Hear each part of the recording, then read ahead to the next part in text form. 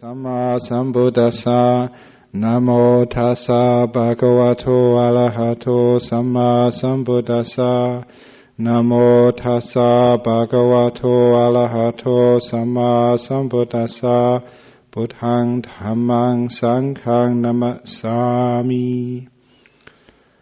Okay, so today's sutta has been suggested by one of the people here, one of the students.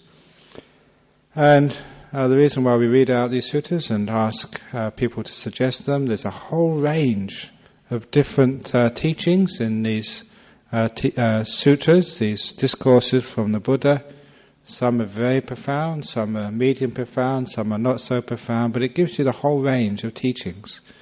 And this particular pair of suttas today, it is using metaphors from the life at the time of the Buddha, where in the agrarian societies of the time, many people would make their living, not just from farming, but from rearing cows, mainly for their milk. And because of that, many people will be very familiar with just the ways for looking after cows, and also from other associated practices. And so here you see the Buddha using a contemporary knowledge of the time and adapting it to the practice, especially for a monk, but also relating to your practices for a person who's treading in the path of the Buddha, practicing the Dhamma towards enlightenment. So these are two analogies. The first about a person, how to look after a cow, and the second about taking cows across a stream. So we can start now with the first, the greater discourse on the cowherd. Thus have I heard on one occasion the Blessed One was living at Savatthi in Jeta's Grove, Anathapindika's park. There he addressed the bhikkhus thus, Bhikkhus, Venerable Sir, they replied, the Blessed One said this, Monks, when a cowherd possesses 11 factors, he is incapable of keeping and rearing a herd of cattle. What 11? Here a cowherd has no knowledge of form, he is unskilled in characteristics. 3, he fails to pick out flies' eggs. He fails to dress wounds.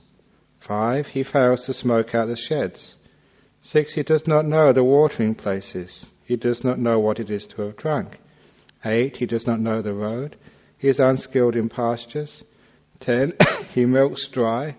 And lastly, he shows no extra veneration to those bulls who are fathers and leaders of the herd. When a cowherd possesses these 11 factors, he is incapable of keeping and rearing a herd of cattle. Now when we read that, there's many other those things don't make much sense to us because we've never reared a cow before. But obviously some things do make sense to us about not milking a cow too dry, and it's being skilled in pastures and knowing the watering places. This is quite obvious to us. Those things which aren't obvious, we can just assume that they have some very important meaning to people who have ever reared cows. Is there anyone here who's ever reared cows? Grown up on a farm? Okay, so all city slickers, as they used to say. But the Buddha is using this as a metaphor. So too, monks, when a monk possesses 11 qualities, he is incapable of growth, increase and fulfillment in this Dhamma and discipline. Incapable of growth and fulfillment. What 11? Here a monk has no knowledge of form. We'll see what that means in a minute. 2, he's unskilled in characteristics. 3, he fails to pick out flies' eggs. 4, he fails to dress wounds. 5, he fails to smoke out the sheds. 6, he does not know the watering places. 7, he does not know what it is to have drunk. He does not know the road. 9, he is unskilled in pastures. 10, he milks dry. And 11, he shows no extra veneration to those elder monks of long standing who have long gone forth, who are fathers and leaders of the Sangha. So he's comparing the monks to cows in the end here. But not just the monks, but many other things here. And so there he has made a statement, and now he's going to bring out the meaning of this metaphor. How has a monk no knowledge of form? What does that mean? Obviously, I think for a cowherd, I understand that as, know the sort of the big cows, the small cows, the brown cows and everything else. Knows which ones are which. What is the knowledge of form here meant by the Buddha? He said here a monk does not understand as it actually is, that all material form of whatever kind consists of just four great elements, and the material form derived from the four great elements. That is how a bhikkhu has no knowledge of form. Now many of you will know that the ancient times, the four elements of earth, air, fire and water, was a way of analysing the constituents of the material world. What form means here means like material, stuff, if you like. And the point being here that even though, as you know that I used to be a physicist before, the four elements have long been superseded by a much more accurate, and you may even say meaningful, dissection of the nature of matter. But nevertheless, the point is that whether it's the four great elements or dividing matter into the various elements and the subatomic particles which make up those elements, the point being that when you dissect matter, you can find that that's all it really is. It's just like the four elements brought together. Or it is just the chemical elements in an arrangement together, or subatomic particles in an arrangement together. But when actually you think of something like that, then it of course takes away your attachment to these things. When you look upon your car, it's just a bit of metal, that's all it is, coming together. Some metal, some rubber, some plastic, all coming together in a certain way. And it's just not so important as this beautiful, wonderful car of yours. And when you actually dissect things and see them in their constituent parts, it brings up a sense of seeing things as they truly are, a sense of understanding their true nature, and then a sense of detachment from these things. And especially as a practitioner of the Dhamma, someone who wants to make progress, you look at your body in that way. It's just a bunch of elements, that's all. And that's all you really are. So next time you say, good morning to your wife, you say, good morning, bunch of elements. The next time you say hello to your husband, you say, hello, 4 elements. That's all it is. Or you can split up into 5 khandhas, or the other elements of nature. Because that way that you stop thinking about this body as something old or young, beautiful or ugly, Australian or Aboriginal or whatever. It's just elements, that's all. So that gives a sense of taking away the racism, the genderism, and the attachments to our bodies. That's when you have the knowledge of material, of form. Then you can have growth in the Dhamma. Any questions about that? Please, if there's comments, please bring them up. Okay, next one. How is a monk unskilled in characteristics? Here, a monk does not understand as it actually is thus. A fool is characterized by his actions. A wise man is characterized by his actions. That is how a monk is unskilled in characteristics. It's obviously how you know a good cow from a bad cow. Not because the cow looks nice, or he goes around with a big mark on him saying, I am a good cow, but by the actions. And of course, that this is also important for growth, especially for those of you who want to listen to a teacher, because in the modern spiritual marketplace, there's many people can go up and say that I'm enlightened, that I've got the truth, that the truth has been revealed to me by some higher power, that I am the greatest meditation teacher, blah blah blah. The point is that one should actually look at the person not through their words, but through their actions. A fool is characterized by his actions or her actions. A wise man is characterized by his or her actions. This is how a monk becomes skilled in characteristics, by knowing that. So especially, one doesn't just get lost in the surface characteristics of a person, just because they may be wealthy, just because they may have a lot of disciples, just because they may appear just very inspiring, and they may give the most wonderful talks. It's by their actions which are most important. So it's one thing to be able to give a talk, it's another thing to be able to live it. That's why always look for their actions. And as I was going to say to young people here, that if you're looking for a partner in life, you don't look for a partner because they look good, or because they're wealthy, or because they say nice things just in your company. By their actions, make sure they're a virtuous person.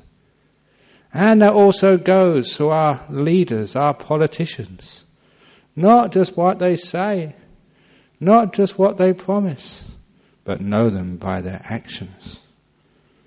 So a fool is characterized by their actions. And a wise person is characterized by their actions. So please know how to distinguish the wise from the fools. Make sense? And then there'll be growth for you in the Dhamma. You won't be following blind leads. Any questions on that one? Yes? Oh yes. Are you wise? I say, oh yeah, I'm wise, I know the Dhamma, I can actually teach all this, I know the Eightfold Path, I can recite that to you. But that's not being wise.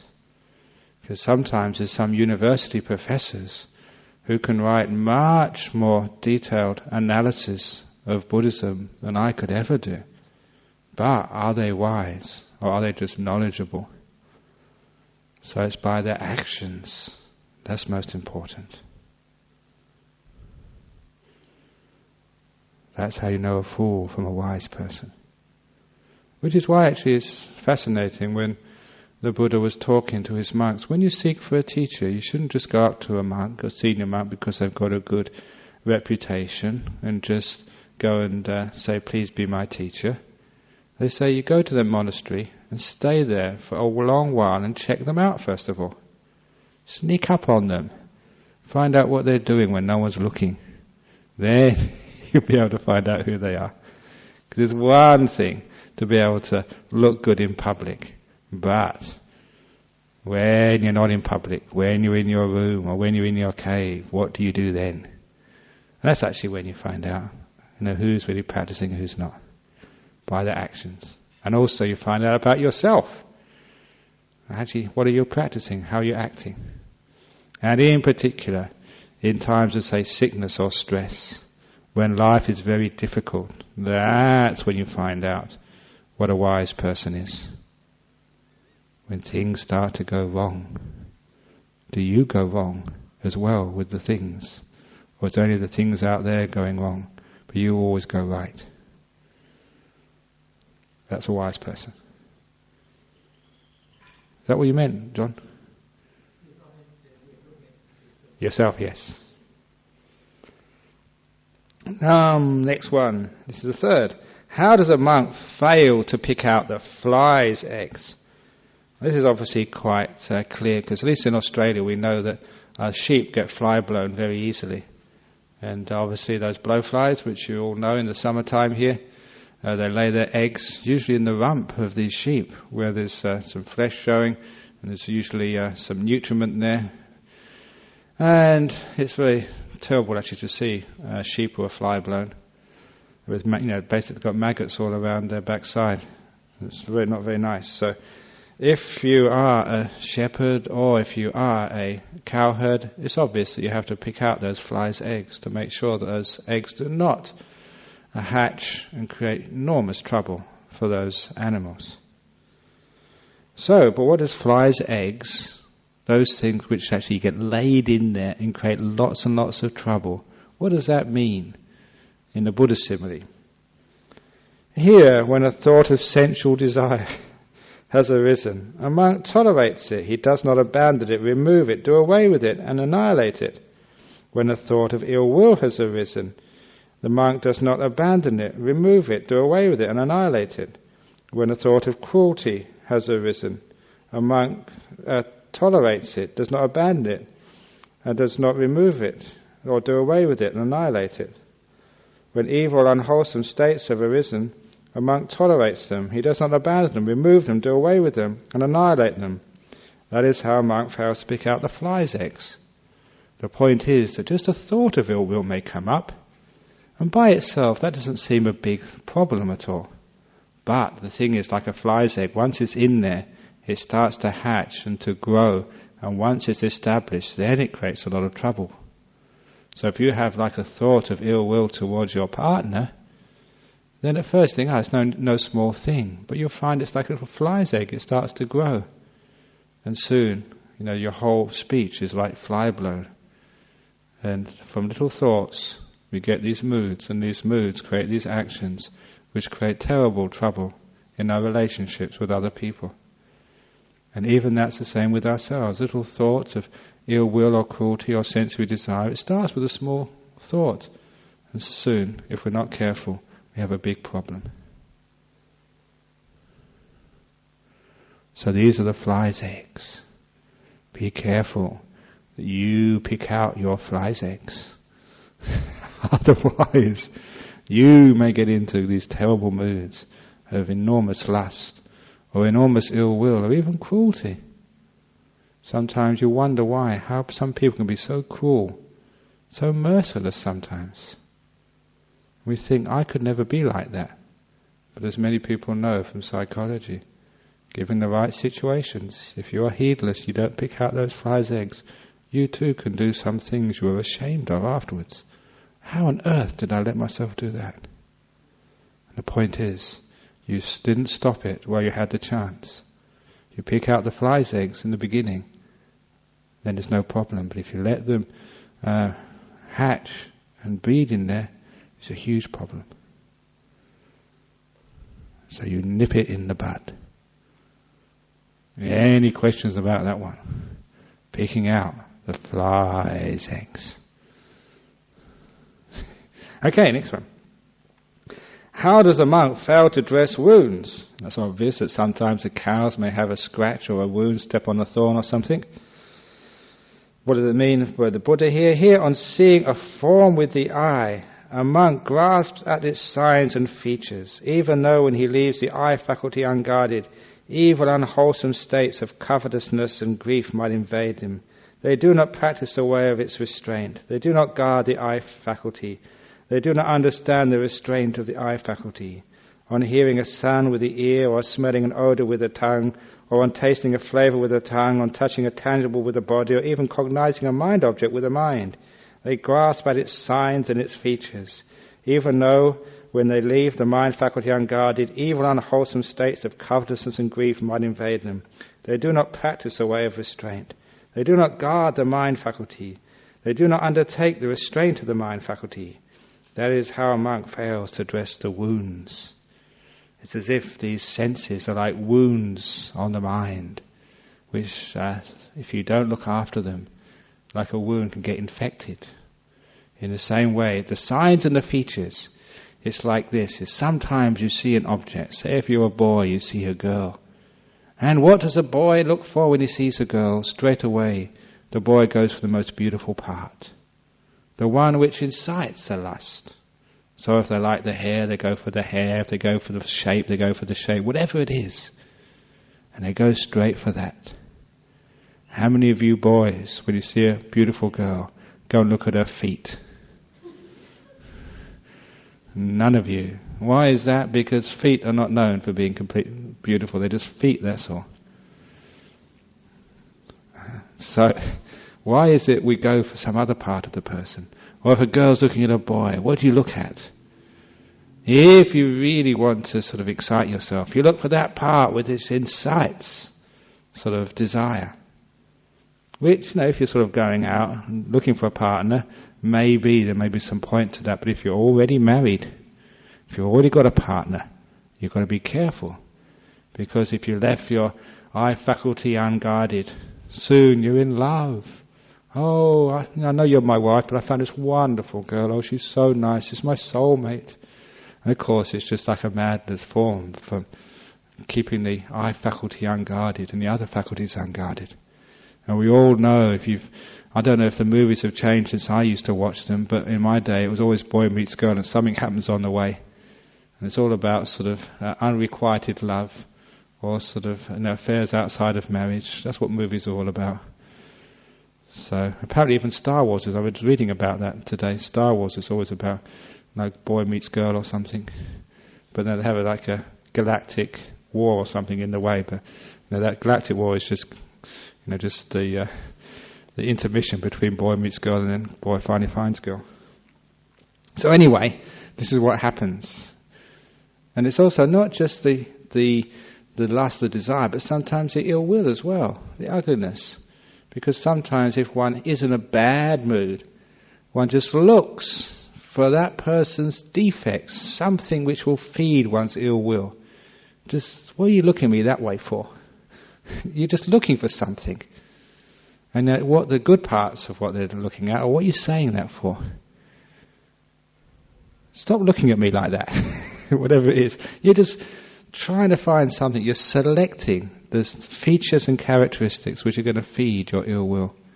And it's beautiful here when I always like this in this restraint of the senses, that, what is it? That the evil and unwholesome states of covetousness and grief. Grief is like the negativity. It doesn't actually mean grief, it means like bad states of mind. And like wanting and like non-wanting. So they invade the mind. And I like the way they use the word invade the mind, as if they don't belong there. They're not sort of the nature of the mind. But these things of like wanting and aversion, hatred and love, they don't belong to the mind, but they actually get in there. Because you allow the senses to be unguarded, like a wound not being dressed.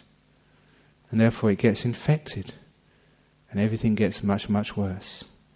So you can see like hatred or ill will, sort of grief, the real grief, or worry, it is like an infection of the mind. And it's all come because one didn't left the mind unguarded. But it's not just the five senses, you've got the sixth sense there as well, the mind. And the Buddha's saying to guard that too. So if you see like unwholesome, unskillful thoughts coming up, it may be like the grief, someone, a loved one has died, and you start just catching those features, those characteristics, the negative part of that. So I was reading in the paper yesterday, the Pope has died, so the case, the Pope has died, why has the Pope died? And then I think it was in Philip Adams in the Australian, he was saying, what are they worried about? If you believe he's a Pope, of all Catholics, he should have gone up to heaven. It should be wonderful. Oh, amazing, the Pope has died. Congratulations, hallelujah. Isn't it wonderful, the Pope has died. He's gone to heaven. But no one feels like that because they just get the characteristics of grief. And he said, so you have to keep your mind guarded as well. Otherwise, the joys, the negative joys of life, or the negative fears of life. Someone just told me, because I know they're an Eagles supporter, the Eagles won this morning apparently, or this afternoon or sometime. And he was just so happy. But probably next week when they lose, he'll go, he'll be so depressed. And that's a good example of keeping the mind unguarded. Because you know that you can only win for so long and then you've got to lose. That's part of life.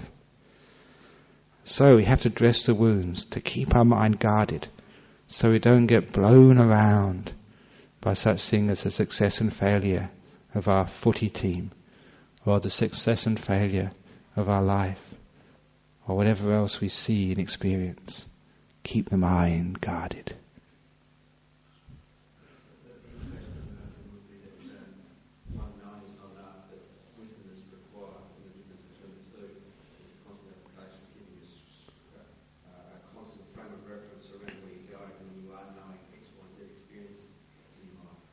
Yeah, it's just like the wisdom of a cowherd who sees there's a scratch there and sees if he doesn't dress that wound quickly, doesn't guard it, infection will come in.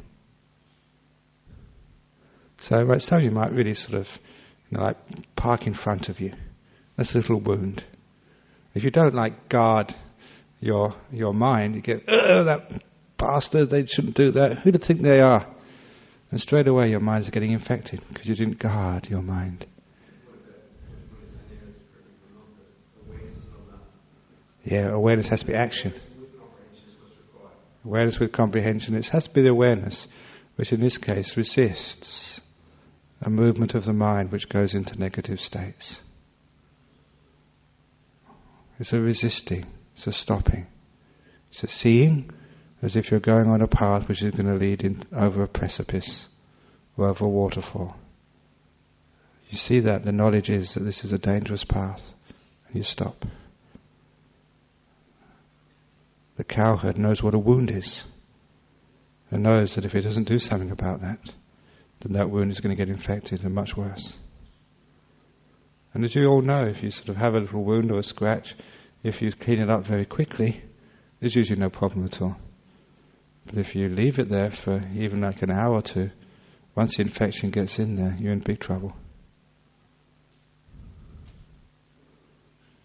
Okay.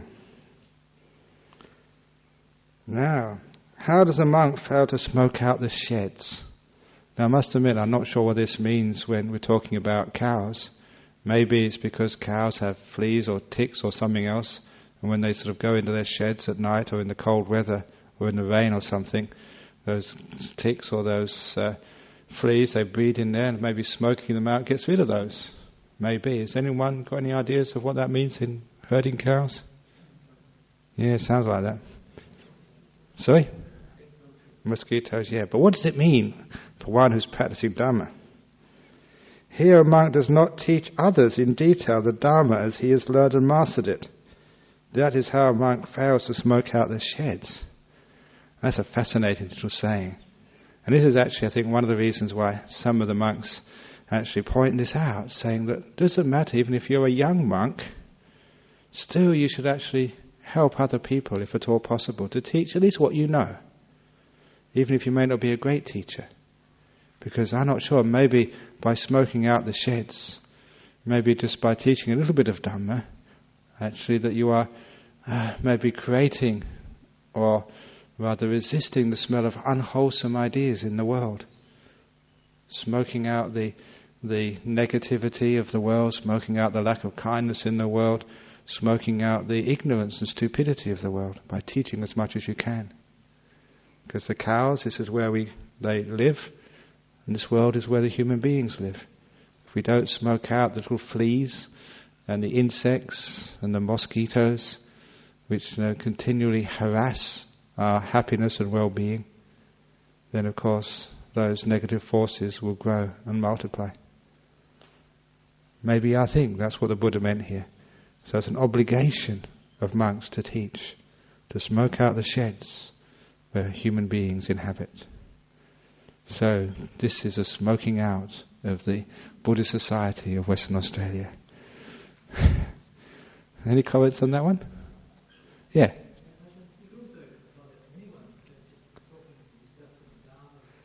Yeah, that's right.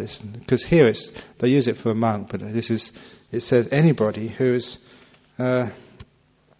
practicing so that one is capable of growth, increase and fulfillment in this Dhamma and discipline. So if you want to, it also applies to you. If you want to have growth and increase in this Dhamma discipline, it's what you should do as well. And the thing is here, that this saying here, it doesn't mean you have to be fully enlightened. It's saying actually here, to teach others in detail the Dhamma as you have learned and mastered it. Just to teach what you know. What is beyond you, obviously you say, well, I haven't got that far yet. You have to be humble and realistic and say, this is as much as I know. But even that much is valuable, it says here. If you don't do that, it says that you won't have growth yourself in the Dhamma. So you have to do this, each one of you. So when you leave here, please get a soapbox on Hay Street Mall and go and smoke out some sheds. I could get into trouble for that. 9. How does a monk not know the watering place? Here, a monk does not go from time to time to those monks who have learned much, who are well versed in tradition, who maintain the Dhamma, the discipline and the codes. And he does not inquire and ask questions of them thus. How is this, Venerable Sir? What is the meaning of this? These venerable ones do not reveal to him what has not been revealed, do not clarify what is not clear, or remove doubts about the numerous things that give rise to doubt. That is how a monk does not know the watering place. So it's quite clear for a cow, obviously, especially those of you who've been to India, sometimes it gets very, very dry. And if you don't know where those watering places are, then obviously those cows are going to get very thirsty and even die. And here the watering places, those teachers who can instruct and who can inspire. So I know that I would hope you all think, and I reckon this is a great watering place in Perth. There's a great watering hole at Gitchigannip. There's a great watering hole down at Serpentine. I don't know what the Gallup government thinks is a water crisis in West Australia. He just doesn't know where the watering holes really are. So these are the watering places. But it's also interesting here that it says you go to those people who are well versed and who maintain the Dhamma and discipline. In other words, those who practice it, who know it and practice it, who are versed in it and maintain it. And to ask questions of them. How is this, Venerable Sir? What is the meaning of this?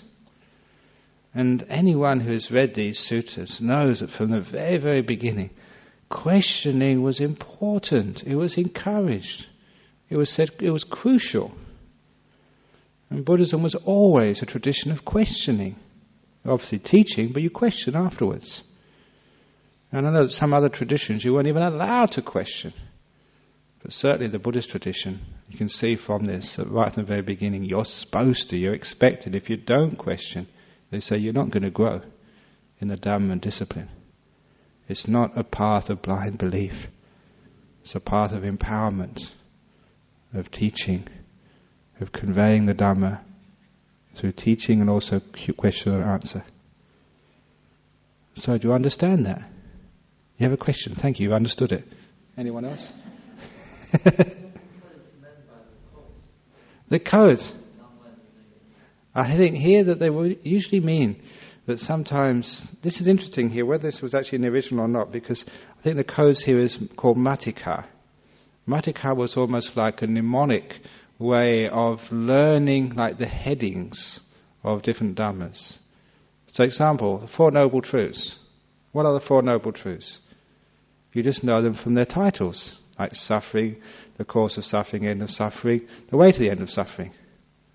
But it's much more than that, because those are just like summaries of the four main parts of the Four Noble Truths, or the Eightfold Path, right view, right understanding, and so forth. But that's not the whole thing. That's just a code. That's the matrix. Because Mattika, I think it is the word here. I'll just check it up on the back from the.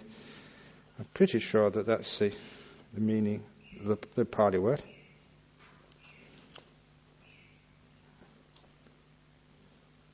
Yeah, Mattika. You know what Mattika is in English? That's a Sanskrit word, and it comes in English as Matrix. Yes, the movie Matrix and Mattika. Same. It comes from Mattika is the old Pali word, Sanskrit word, and from that we have the English word matrix. We get lots of actually Pali Sanskrit words because English is an what's it called? Indo-Aryan language. Yeah. That there's many actually British English words that have actually come from the Sanskrit. We've got something like Yobana. You know what Yob means? Yobana, youth. That's from Yobana, a Yob. There's lots of words like that, which, when you actually read it in Pali, you don't need to look at our dictionary, you know what that is. And so Mattika is matrix. So this is actually what it means, like a way of understanding a teaching just by having the headings. Yeah? You play something that I'm just curious. So is Pali a more ancient language than Sanskrit? It's a hard one to say. Probably Sanskrit was the more ancient language, because the Vedas were in Sanskrit, and Pali became an idiom of Sanskrit. In other words, as you had the perfect languages, as people used it in daily life. It's a dialect, that's what I was wording, yeah. But it was, it's not even more like a dialect. It was like a corruption of Sanskrit. Because even today, just as language changes, we tend to slur our words, to shorten them. And by so doing, like a good one is like omnibus. That was, actually it's a Latin word, means for everybody. And that was actually the name of the carriages for many people. And that was actually used, I think, in London about not 100 years ago, maybe 100 years ago, when the first automated vehicles. And of course, omnibus, they used to get the omnibus, say, from Clapham to Tooting Common. And of course, that got shortened to bus. And that's the origin of the word bus. It's just the ending of an omnibus. So you can see just how language, we shorten things because of convenience. And in the same way that Pali shortened things, it slurred some vowels. Instead of Dhamma, it came Dhamma. It's easier to say. Instead of Kashyapa, you get Kassapa. So it became like a slurring of the language, making it easier. And so Pali was like a corrupt form of Sanskrit.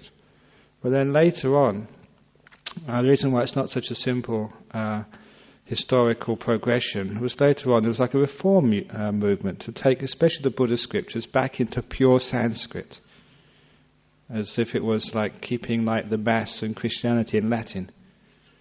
And so there was a movement, especially in Mahayana, to put everything back into Sanskrit. And so there was the Sanskritization of the text. So Sanskrit was a very old language, and then sort of had something like Pali, which became famous because the Buddhist Theravada texts were put in Pali. But then later texts were put back into Sanskrit again. So you got like the old Sanskrit, but you got the medieval Sanskrit as well, a reworking of it. So the original texts are in Pali? In Pali, yes. The Buddhist Sanskrit, yes. And then later on, was there Sanskrit back to Pali? No, but Sanskrit and Pali back to English, which is what we've got here, right in front of you. Because there are some scholars who maintain that some of the Pali texts, present-day Pali texts, translated back from Sanskrit to Pali. No, that doesn't make any sense at all. Because I think once we went to Sanskrit, it wouldn't go back to Pali. Okay, that's the knowing the watering places. I know that many Australians think the watering places means the pubs, and they're a person who doesn't know watering places. No, is there any other questions about that one? Yeah. If you're teaching the Dhamma to your children, Yeah. without very open-minded and contradiction, can I just give them the teaching without telling them that it's Dhamma, or is it important that they know the traditions behind it and what it means? To a certain extent, it's important to give it a place in the world culture, to say this is Buddhist teachings, this is Christian teachings, this is Muslim teachings, this is atheist teachings, because sometimes that gives it a way that they can relate it to other people's teachings. So it's just giving the children knowledge, but gives them a fair amount of knowledge, not sort of just pounding on one teaching to the exclusion of others. So there's no reason why, if you say, if you kick a football between these goalposts, you call that footy. If you've got a bat and a ball, you call it cricket. So it's just giving it a name so the kids can make sense of the world. So these particular types of teachings are called Buddhism. Other teachings are called Christianity. So we don't need to sort of be afraid of giving it a descriptive name. It's when we say Buddhism is the only religion, this is the only truth, everything else is wrong. That's when we create troubles in the world. Like we say cricket is the only sport. Footy's a mug's game, or whatever like that. You don't say things like that. Is that the question you were answering? Okay. Sometimes it's a matter of trust, though. You've got to just titrate the stuff in, and then you feel confident enough that, this was actually, I didn't say that, the Buddha said this. Yeah, you can do that, yeah. But I think it's good to actually, there's no need to shilly-shally and just say this is Buddhist teachings or this is Christian teachings. Yeah, okay, yeah. Okay. Yeah, okay, sometimes. But in like a mother with the kids, I think there should be really an openness there. But also, you see here that the kids have to ask questions. And sometimes it's very hard for mother and the father, because always asking questions, but the kids should be encouraged to ask questions. Because that's actually where they learn. You could say, oh, there's enough questions for now, but please ask them later on. That's right, yes, you don't know the answer. You haven't got enough water in your tap, go to another watering place. Okay. So, and how does a bhikkhu a monk not know what it is to have drunk? This has actually gone to the watering places. Now, have you drunk when you've been here or not? What does it mean to have drunk? Because the cows could have gone to the watering places, but have they really drunk? Have they made use of the water yet? Here, when the Dhamma and discipline is proclaimed by the Tathagata as being taught, a monk does not gain inspiration in the meaning, does not gain inspiration in the Dhamma, and does not gain gladness connected with the Dhamma. That is how a monk does not know what it is to have drunk. So the point of actually these teachings is not just to give you knowledge, but also to give you inspiration. You get inspired and you get gladness. And this is another powerful point here, that if the Dhamma, the truth, the teachings have really been given and you've drunk those teachings, you've understood them, the sign of that, you get inspired and glad. Wow, this is amazing, this is wonderful. And inspiration is an important part of the path, as is gladness. Those of you who have listened to the Dhamma a lot will know that it's from inspiration and gladness you get the power to meditate and get into deep states of meditation. And those of you who were in India recently, you find some of these places were so inspiring. You cried. You got gladness. You drank at those places. So when you go to the watering hole, you don't just look at the water, that's nice, you drink it. And you know that you've drunk because you get gladness and inspiration. You get joy. Just like when I've had my cup of tea. I know when I've had my cup of tea because I get inspiration in the caffeine. I get gladness for the taste. I know what it is to have drunk. So when you come to a Dhamma talk, you've drunk it if you get inspired.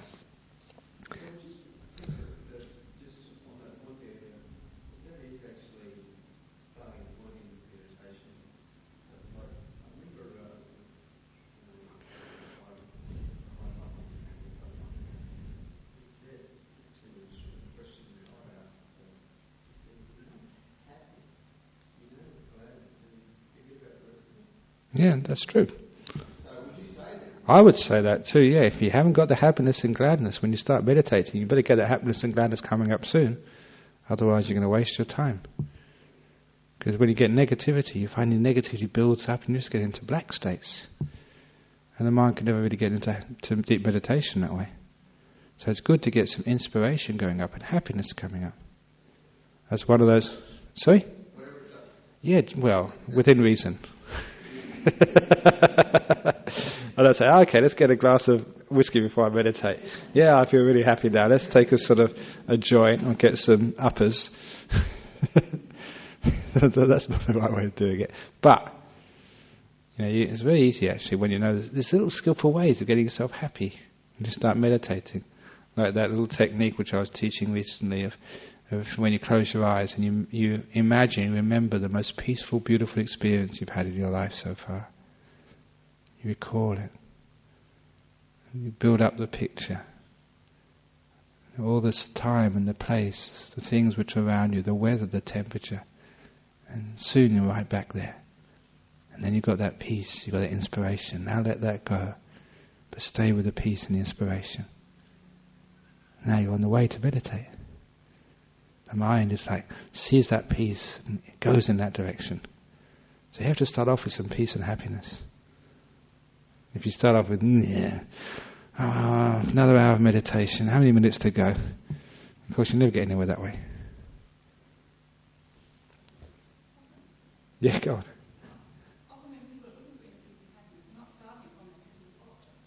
No, but you can actually start getting a little bit of gladness when you start, this is time for myself. This is time I don't have to do anything. I don't have to achieve anything.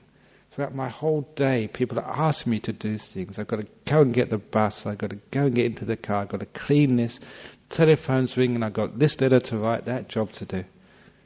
So that's another way, just meditation. You don't have to do anything. You've got nothing to achieve. It's just time for me to do nothing. That gives you a bit of gladness. So it's true you look for gladness, but you've got to put a seed of gladness before you get more gladness. It's like, you put put $1 in the slot machine, and then you might get a few more dollars out. If you don't put any dollars in, you get no dollars out. I don't know if that's a very good simile, is it?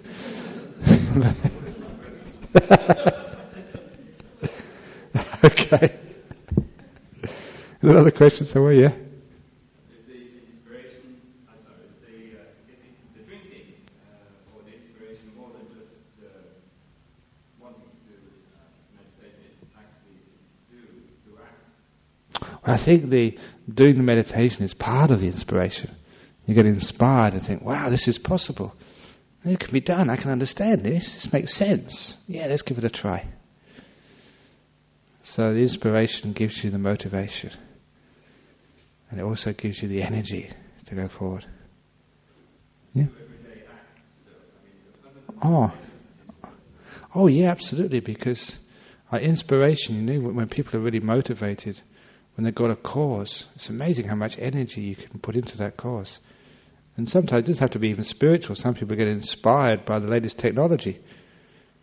They really can work so hard on that computer. Hour after hour after hour. Where's our president gone? He was on there all day. The thing's still on there. Sometimes when you get inspired in doing something, you can really go for long periods of time. Source of energy. And how does a monk not know the road? This is quite obvious. Driving cattle, you have to know the road to go from the water holes or to the places where there's pasture. And the road is a very obvious one in this simile, is the Eightfold Path. Here a monk does not understand the Noble Eightfold Path as it actually is. That is how a monk does not know the road.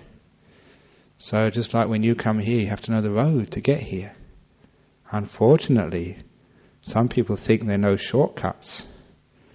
And when you try and go on a shortcut, you always end up either getting lost or wasting a lot of time. So sometimes people try to make shortcuts on the Eightfold Path. Try and make it a Sevenfold Path or a Sixfold Path or a 5, 4, 3, 2. I got this special quick path, only one practice. Or one-fold path. Say, yeah, I'll go for that one. But usually you find out you get lost, you waste a lot of time. You go down the wrong way, down one-way streets. And that's called not knowing the path as it actually is. So the Noble Eightfold Path, the Buddha taught that all the teachers for the last 2,500 years have taught the Eightfold Path. That's the path, very clear. So don't try and think, I'm going to find a shortcut. Don't try and reinvent the wheel. It's been done many, many, many times. You think, oh yeah, now I can do it the quick way.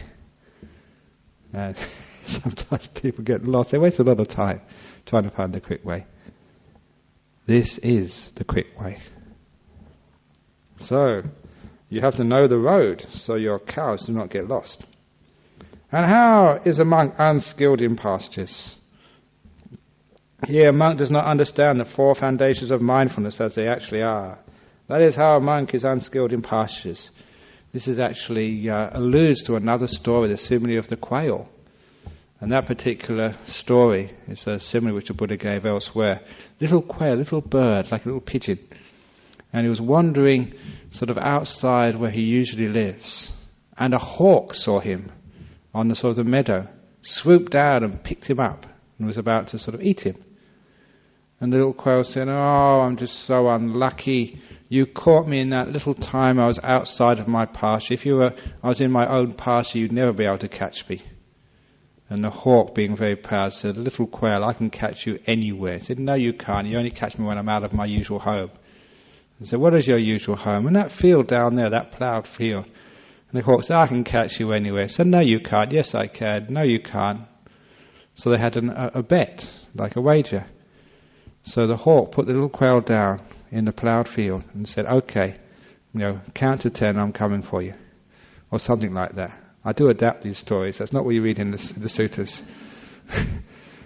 And so the hawk went up in the air, and the quail stood on a clod of earth and said, 1, 2, 3, 4, 5, 6, 7, 8, 9, 10, come! And the quail dived for the hawk dived at the quail, went straight down for him. And just at the last minute, the quail just went under a clod of earth. And the hawk, going so fast, couldn't stop, and hit the clod of earth, and smashed up his body and died. So the quail survived. It was true. If the quail stayed in his usual pasture where it was nice and safe, the hawk could never get him. And the Buddha said, monks, if you keep within the 4 foundations of mindfulness, nothing bad will ever happen to you. You will always be safe from greed, hate and delusion. And those 4 foundations of mindfulness, or 4 focuses of mindfulness, is always focusing on the body, knowing it as impermanent, not me, not mine or a self. On Vedana, just to know these are just feelings of happiness and pain, that's all they are, they're not mine. The things which come and go. Knowing the mind is just mind. Knowing the objects of the mind, that's all they are, they just come and go. So whatever happiness, sadness, it's going. Now you're happy, now you're sad. Now it's hot, now it's cold. It's just a flux of life. So if you stay with that recollection, that understanding, the Buddha said, you know the pastures, and you'll always be safe. In the same way, the cowherd knows the pastures where the cows are safe, where they can actually graze, good grass, no dangers from, say, tigers. They're not grazing in somebody else's field where the owner will get fined or imprisoned because they pinch somebody else's grass. You're skilled in the pastures. So he said the pastures of one practicing the path is the 4 focuses of mindfulness.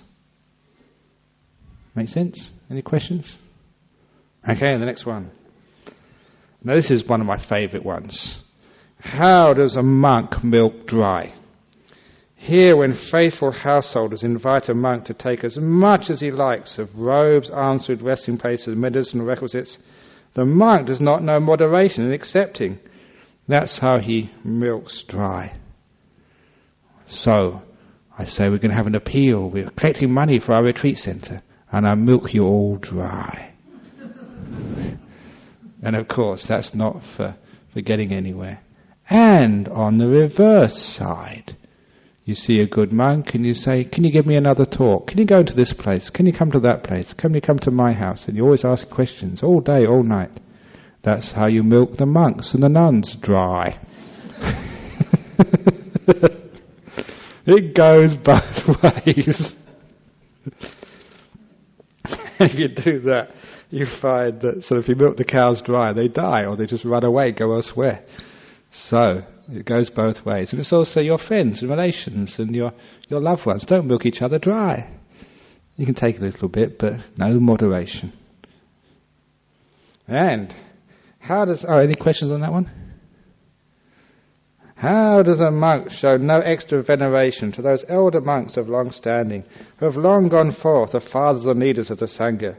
Here a monk does not maintain bodily acts of loving kindness both openly and privately towards those elder monks. He does not maintain verbal acts of loving kindness towards them both openly and privately. He does not maintain mental acts of loving kindness towards them both openly and privately. That is how a monk shows no extra veneration to those elder monks of long standing who have long gone forth, the fathers and leaders of the Sangha. So this is actually even in the cows. The good cowherd, even like cows have their little bit of hierarchy, their little bit of leaders, and so it's good that the cowherd actually shows a little bit of extra veneration, to the leaders, to the elders, both in wisdom and in position in the community. And it's something important. Hierarchy is a part of our life. It's a part of all cultures. And we should understand that and give a little bit of extra attention to the elders in our community. To the elderly people, to those in senior positions, whatever. If you do that, obviously the cows have got a nice social structure which is in harmony. And so this is what we should do as even children, to respect our parents. And that's actually knowing little hierarchy. It gives them a bit of extra attention. How do we do that? It's not bowing and scraping. How we do it according to Buddhism is maintaining bodily acts, verbal acts, and also mental acts of loving kindness. Not just open in their presence, but even in private as well. And that's how we show veneration.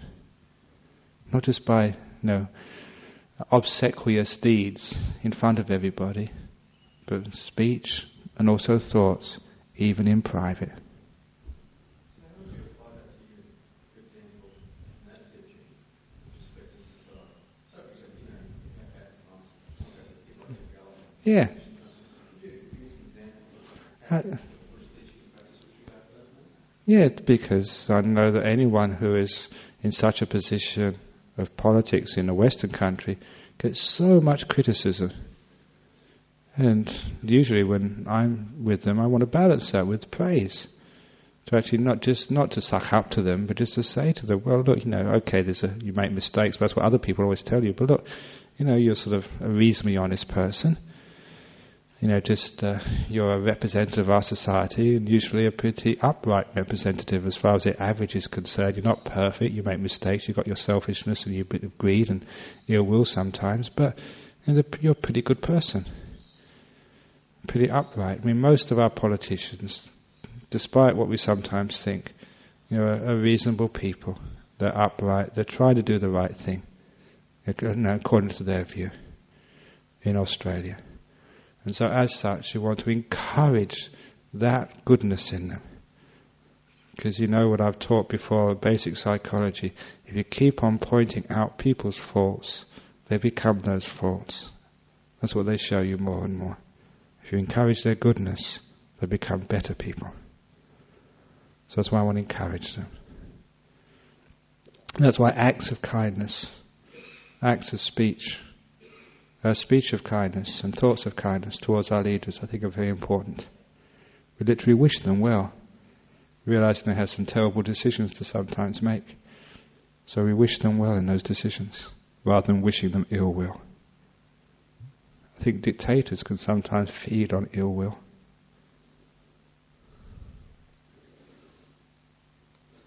Okay.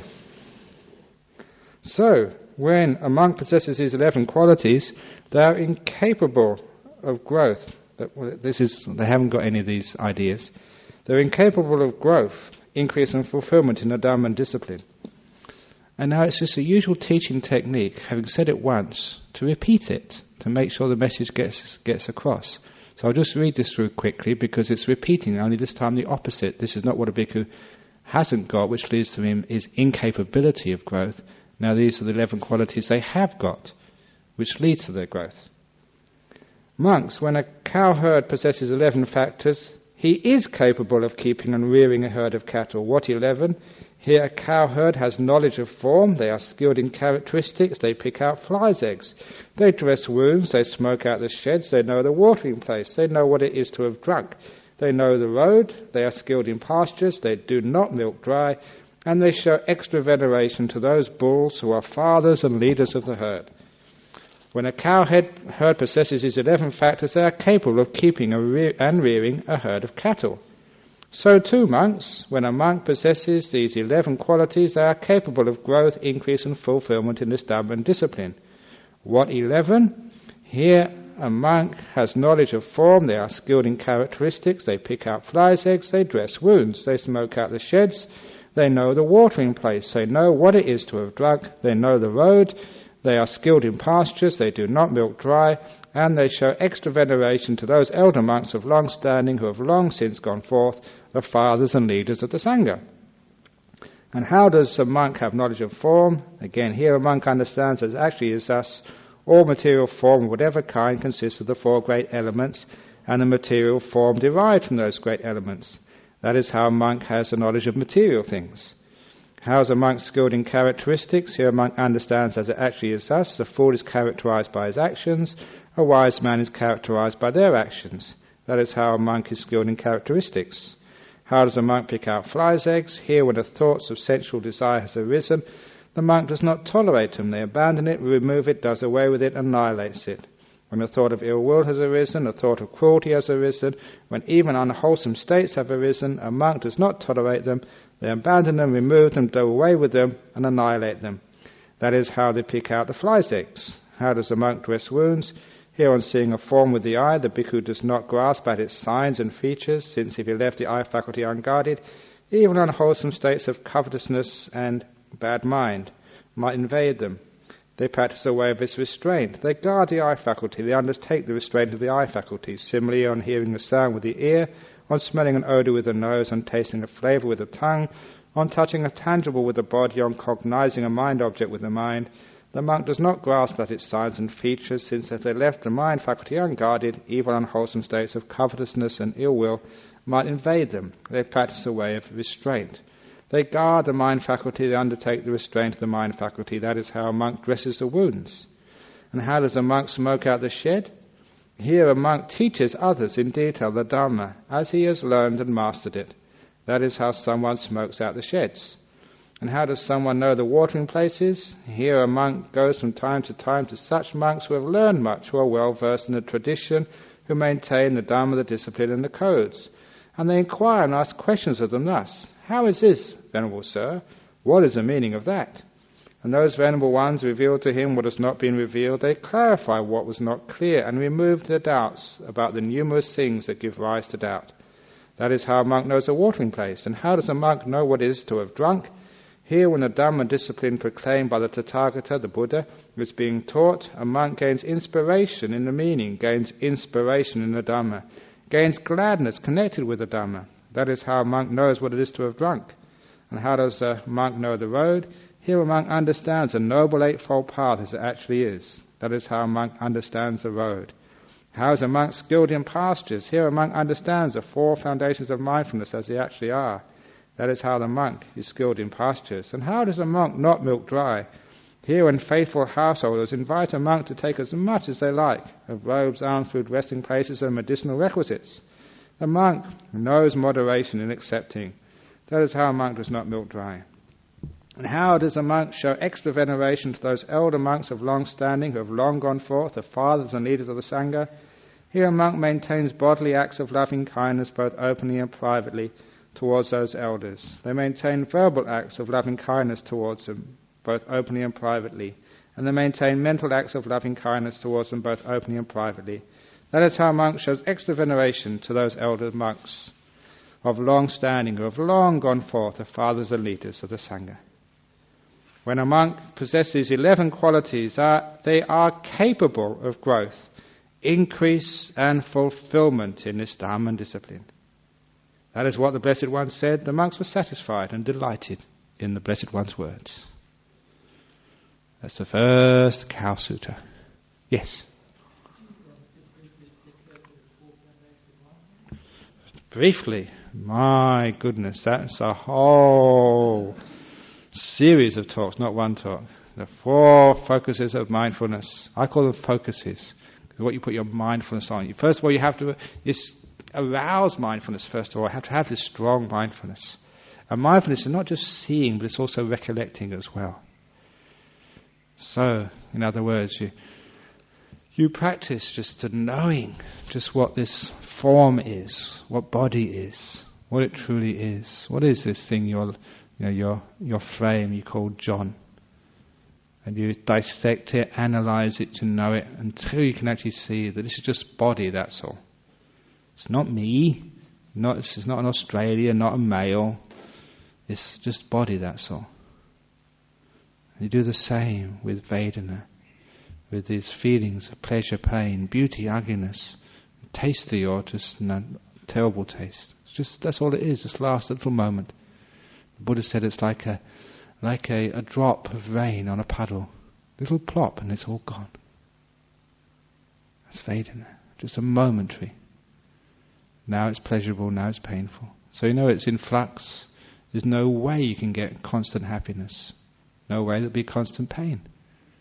So you understand the nature of these things. And you understand the nature of the mind. That which knows, the knower, the mind, the citta. You know exactly what it really is. When you know what it really is, it's just mind, that's all. It's just a process. Not me, not mine. This is not who I am. just a process. And then you notice the mental objects. And especially in that one, they say that includes all the other khandhas such as will. You know that what the knower is, what the doer is. It's just a process, that's all. So when you know these things, you know that nothing belongs to you. Therefore you don't worry about anything. You don't worry about anything. Nothing can challenge you in the world. You're at peace. That's, in brief, what is usually takes a long time to explain. Yes. When is mindfulness established and when is it not established? Mindfulness is established when the 5 hindrances are put away. Remember the 5 hindrances. The desire is what sort of stops you looking at what's happening now, to look what's over there.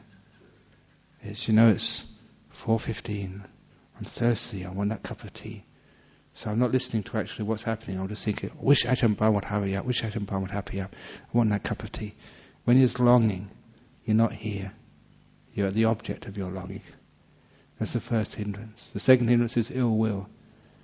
It's I don't want to be here. This is terrible. Why am I here? Again, you're not really here. You just want to get away. You refuse to look at the moment when you have ill will. Sloth and torpor. You can never see clearly then. And restlessness. You're just going all over the place. You can't see anything. It's just all over. You never stay with anything long enough to see it. And doubt. You're always interfering with the moment by questioning too much. It's the 5 hindrances which stop mindfulness. That's why, as a meditator, that's our task, to abandon those hindrances which stop mindfulness. And once those hindrances are overcome, then mindfulness is strong. Strong enough, still enough, equanimous enough, with no desire and ill will, to be able to see clearly. Make sense?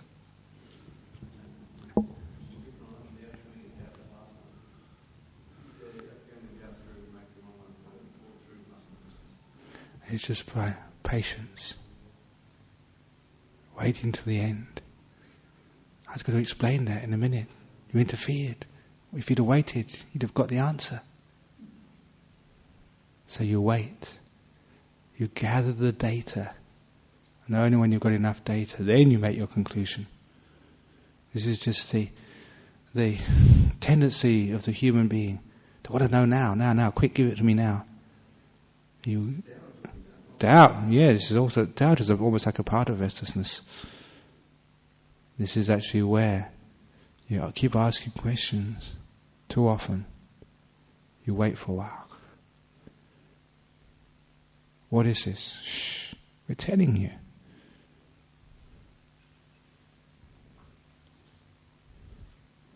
Yes. Could I ask about smoking out of sheds again, please? Yeah, sure. It was verse 8 of the Lots. Yeah. When I first read it, I thought the point it was making was that when you're teaching the Dhamma to others, you must be careful to teach it as you learned and mastered it. Mm-hmm. I thought there was an understanding in Buddhism that you didn't teach the Dhamma unless people expressed interest or asked. That's true also. That's true also, but I think there's plenty of people asking, but some people say, no, I don't want to do this. No, it's just, I don't think I'm good enough. I'm not old enough. I don't know enough to teach. You can see what happens. There's never enough teachers to go around any place. So this is why I think it's saying that no, this is one sutta where it says you've got an obligation to teach. So when my non-Buddhist friends are distressed about something, I have made it a practice to say, the Buddha had something useful to say about that, to see if they're interested. Yeah. Because I have this feeling that I shouldn't be Oh yeah. telling them something that they haven't expressed interest in learning. But it's a bit like the old Christian idea of casting pearls before swine. I'm not calling my non-Christian friends. Yeah. But the idea of the soapbox, that's Well, if people are not really listening, should one be teaching? correct. No, if they're not really listening, But then sometimes that people actually, they want to listen. But the thing, it's not the problem of the people and the receivers. The thing is the person giving out the teachings are not willing to teach. Or they think they're too lazy to teach. I don't think they're up to teaching. I think here the Buddha's saying, no, just do a little bit of teaching. But teach what you know, not more than that. Obviously don't impress a person by just knocking on the door and telling them the good news about the Buddha and the Buddhist Society. It's not a good thing to do. But I mean, between those extremes, there's when somebody is interested, yeah. Or if, say, John gives you a call and say, look, there's a school nearby, they'd like to, they asked me, can we go and give a talk on Buddhism? Don't say, no, I don't think I know enough about Buddhism to be able to teach yet. And teach what you know.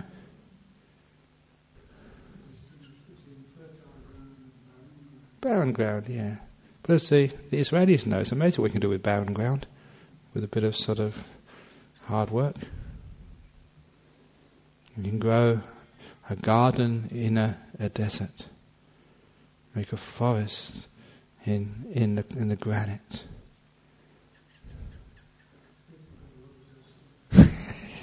Yeah, well, just get out a duster. Okay, so we're now going to go to the second sutta, which is again is a short one because we are going a little bit over time. This is a shorter discourse on the Cowherd, thank goodness, because we've only got 10 minutes. Thus have I heard, on one occasion, a blessed one was living in the Majjhima country at Ukachela, on the banks of the river Ganges.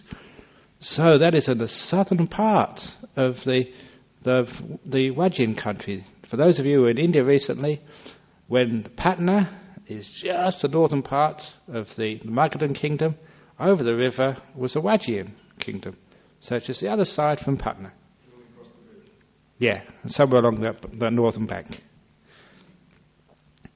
Now it's important here because it's on the bank of the Ganges. Monks, there was once a foolish Magadhan cowherd from the southern side of the river, who in the last month of the rainy season, the rivers will be pretty full at that time, in the autumn, without examining the near shore or the further shore of the river Ganges, drove his cattle across to the other shore. In the Vedian country, that's where the Vajjayans were, at a place that had no ford. Then the cattle bunched together in midstream in the river Ganges, and they met with calamity and disaster. Why was that? Because that foolish Magadhan cowherd, in the last month of the rainy season, in the autumn, without examining the near shore, the further shore of the river Ganges, drove his cattle across to the other shore in the Vajjayana country at a place that had no ford. Obviously, the Buddha would have never taught this sutta if he was in the Magadhan country, south of the Ganges, because that would have been putting down, making like the Magadhans appear stupid. Remember, these were two kingdoms against each other, or a kingdom and a democracy. It'd be like if you're in Australia, you call the New Zealanders stupid. If you're in New Zealand, you call the Australians stupid. So he was very sensitive to what's going on there in the time. So in the Vajjayana country, it's okay to call the Magadhan the stupid cowherd. So too, monks, as for those recluses and Brahmins, these are the monastic communities, who are unskilled in this world and the other world, unskilled in Mara's realm and what's outside of Mara's realm, unskilled in the realm of death and what is outside the realm of death, it will lead to the harm and suffering for a long time of those who think they should listen to them and place faith in them. That's a powerful little statement there.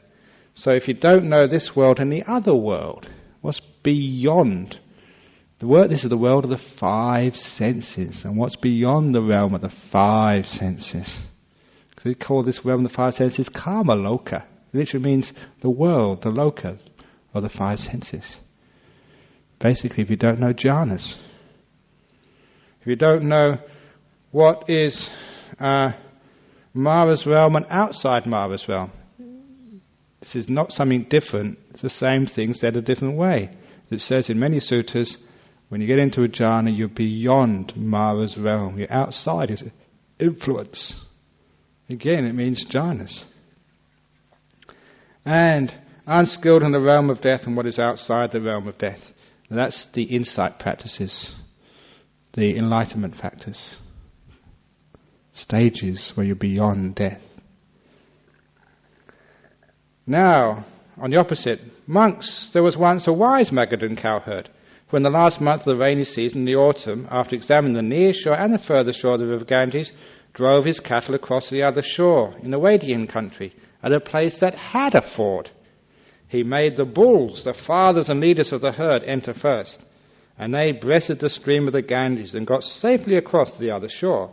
He made the strong cattle and the cattle to be tamed enter next, and they too breasted the stream of the Ganges and got safely across the further shore. Then he made the heifers and young oxen enter next, and they too breasted the stream of the Ganges and got safely across the further shore. He made the calves and the feeble cattle enter next, and they too breasted the stream of the Ganges and got safely across the further shore. And now at that time there was a tender calf just born, and being urged on by its mother's lowing, it too, I don't know if that was a cow lowing, is that a good cow sound? I do try my best. It too breasted the stream of the Ganges and got safely across the further shore. Why was that? Because that wise Magadan cowherd in the last month of the rainy season, in autumn, after examining the near shore and the further shore, he knew the way across, he knew the path. Drove his cattle across to the other shore in the Vedian country at a place that had a ford. So too, monks, as to those recluses and Brahmins who are skilled in this world and the other world, skilled in Mara's realm, what is outside Mara's realm, skilled in the realm of death, what is outside the realm of death, it will lead to the welfare and happiness for a long time by those who think they should listen to them and place faith in them. These are like the wise cowherds who know the way across. Bhikkhus, just as the bulls, the fathers and leaders of the herd, breasted the stream of the Ganges and got safely across the further shore, so too those monks who are arahats, with the taints, these outflowings of the mind, destroyed, who have lived the holy life, done what had to be done, laid down the burden, reached the true goal, destroyed the fetters of being, and are completely liberated through final knowledge. By breasting Mara's short stream, they have got safely across to the other shore. Just as the strong cattle and the cattle to be tamed breasted the stream of the Ganges and got safely across the further shore, so too those monks who, with the destruction of the 5 lower fetters, will reappear spontaneously in the pure abodes, and there attain final Nibbana without ever returning from that world. These are the non-returners. By breasting Mara's stream, they will get safely across to the furthest shore. Just as the heifers and young oxen breasted the stream of the Ganges and got safely across to the furthest shore, so too those monks who, with the destruction of the 3 fetters and with the attenuation of lust, hate and delusion, are once returners, returning only once to this world to make an end of suffering. These are Sakadagami, once returners. By breasting Mara's stream, they too will get safely across to the further shore. Just as the calves and the feeble cattle breasted the stream of the Ganges and got safely across to the further shore, so to those monks who, with the destruction of the 3 fetters, are stream enterers, no longer subject to perdition, bound for deliverance, headed for enlightenment, Sotapannas. By breasting Mara's stream, they too will get safely across to the further shore. And just as that tender calf, born just that day, being urged on by its mother's lowing, moo, moo, also breasted the stream of the Ganges and got safely across the further shore, so too those monks who are Dhamma followers and faith followers, these are on the path of being a stream winner. By breasting Mara's stream, they too will get safely across to the further shore. Monks, I am skilled in this world and the other world, skilled in Mara's realm, what is outside Mara's realm, skilled in the realm of death and what is outside the realm of death. It will lead to the wealth and happiness for a long time of those who think they should listen to me and place faith in me. That is what the Buddha said. When the Sublime One said that, he said further, both this world and the world beyond are well described by the one who knows, and what is still in Mara's reach, and what is out of reach of death. Knowing directly all the world, the enlightened one who understands, open the door to the deathless state, by which Nibbana may be safely reached. For Mara's stream is breasted now, its currents blocked, its reeds removed. Rejoice then, monks, mightily, and set your hearts where safety lies. So, this is like just taking cows across the stream. So, we're all going across the stream. Which particular type of cow are you? Sometimes you think extreme winners, that's only the cows and the feeble cattle. Maybe I'm not even up to that yet, you may think. But you may be just a tender calf just born, being urged on by its mother's lowing. I'm not going to try that again.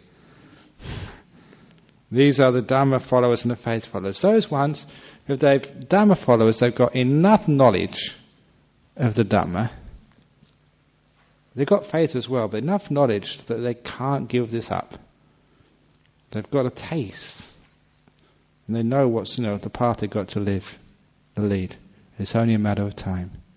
Just that little insight is enough. It's like the Buddha just blowing, bringing you across. And the faith followers are the same.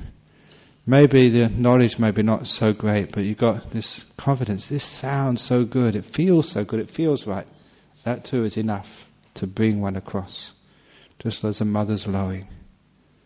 You know that mother must be right. So those are how the cows breasted the stream at the ford.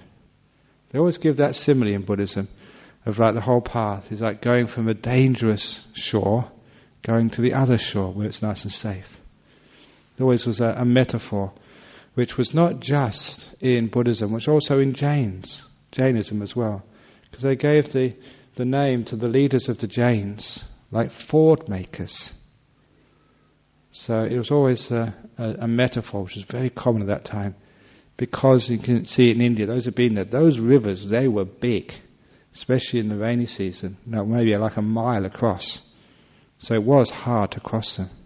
You can imagine just that metaphor was so strong in that country at that time, getting from one place to another place. Maybe the king of the country was after you. For some reason, they're always after you for something or other. And, you had to escape. Go from the place where there was danger, over the river to safety. That's why that sometimes they used to call the Eightfold Path, like the simile of the raft. The way to get from the dangerous shore, from this shore, over to the far shore. And the dangers were not the king so much as old age, sickness and death. The suffering of life. Getting across to the far shore where it's safe. So as an example of like the metaphors which the Buddha would use in those days.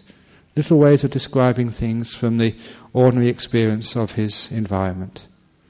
But also some very deep things there as well. Some interesting statements. Any other questions before we finish off? Yes?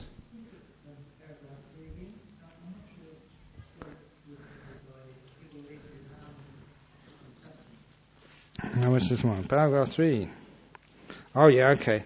This is somebody who doesn't know what they're talking about.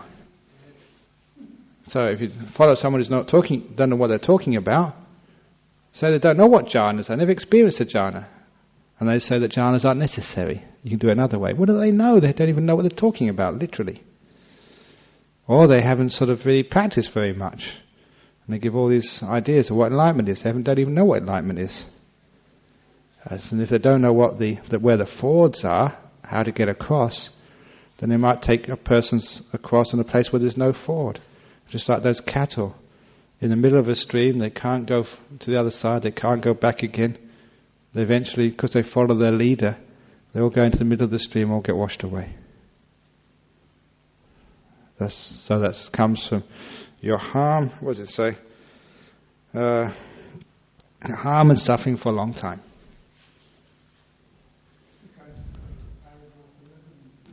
Yeah, paragraph 11, where the Buddha says he was skilled in this world and the other world. He knew what he was talking about. So that's why he could lead people across. He knew the fords. And he knew actually how to take people across. It's interesting here that I never brought out, why do you need the big animals across first of all? Because when you take the big, they're capable of going across. And they give inspiration. It can be done.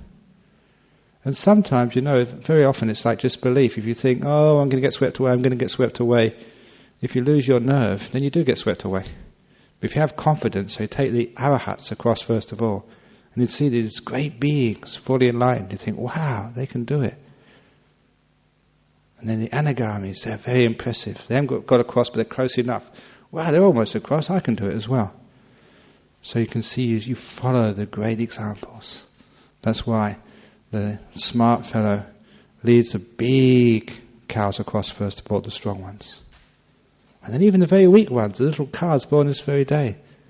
Because they got the mother on the other side, the person you really trust, from faith or through a little bit of knowledge.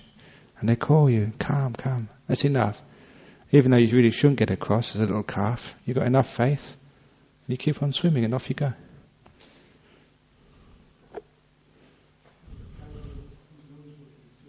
The cow knows what it... That's right, yes. So this is the simile of the smart cows, the ones at the front. So, thanks. You got a question? Yeah. Just like of life and death. So this is where the Mara has control.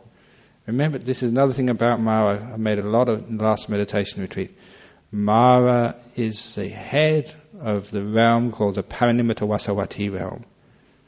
This is the realm of those who wield power, control over others' creations. In other words, the control freak in chief. The one who controls. So you get beyond control. No more controlling or doing. When is doing, is death.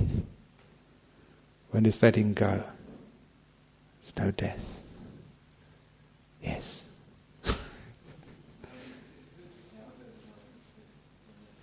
Sorry? The cowherd over there is like the Buddha in that one. But it goes to any other teacher. One who brings you across. So, thank you all you lovely cows today. I couldn't resist that, sorry. Now we'll please move the next Sutta class. It's because the next Sunday is Waisak, and the one after that is the 29th. It's still not the first, so the next Sutta class will be 3 weeks from today. 3 weeks? 4 weeks. Hang on. Because it's the 2nd and 4th. Must be 3 weeks. No, 36. Hang on. Okay, yeah. Hang on. How come we're doing it today? What day is it today? I don't know. 8th of May, yeah. 8th of May is the next time. Don't know yet. Probably not. We'll do one maybe the week afterwards. The next one is the 8th of May. Mother's Day. Bring your mother along.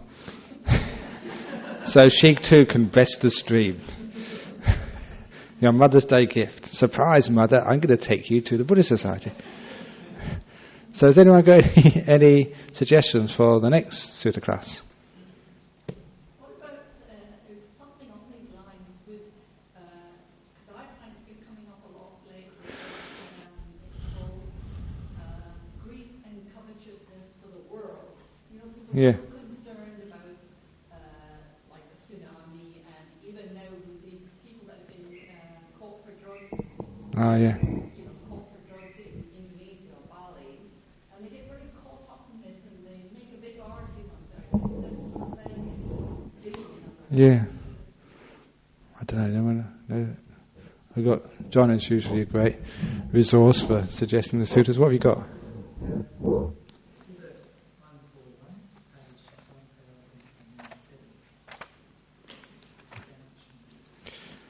Exposition of truths.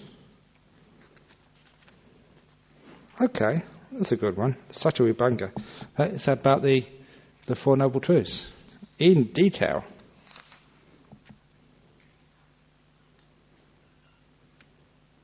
Like that one?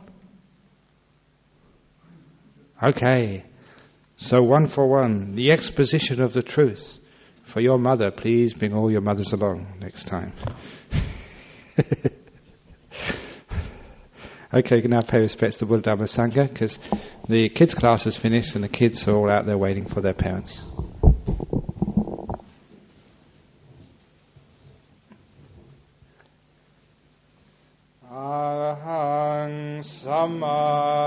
Sambuddho Bhagava Buddhaṃ Bhagavantaṃ Abhivademi Suakato Bhagavata Dhammo Dhammang Namasami Supatipano Bhagavato Sāvaka Sangho Sanghang Namami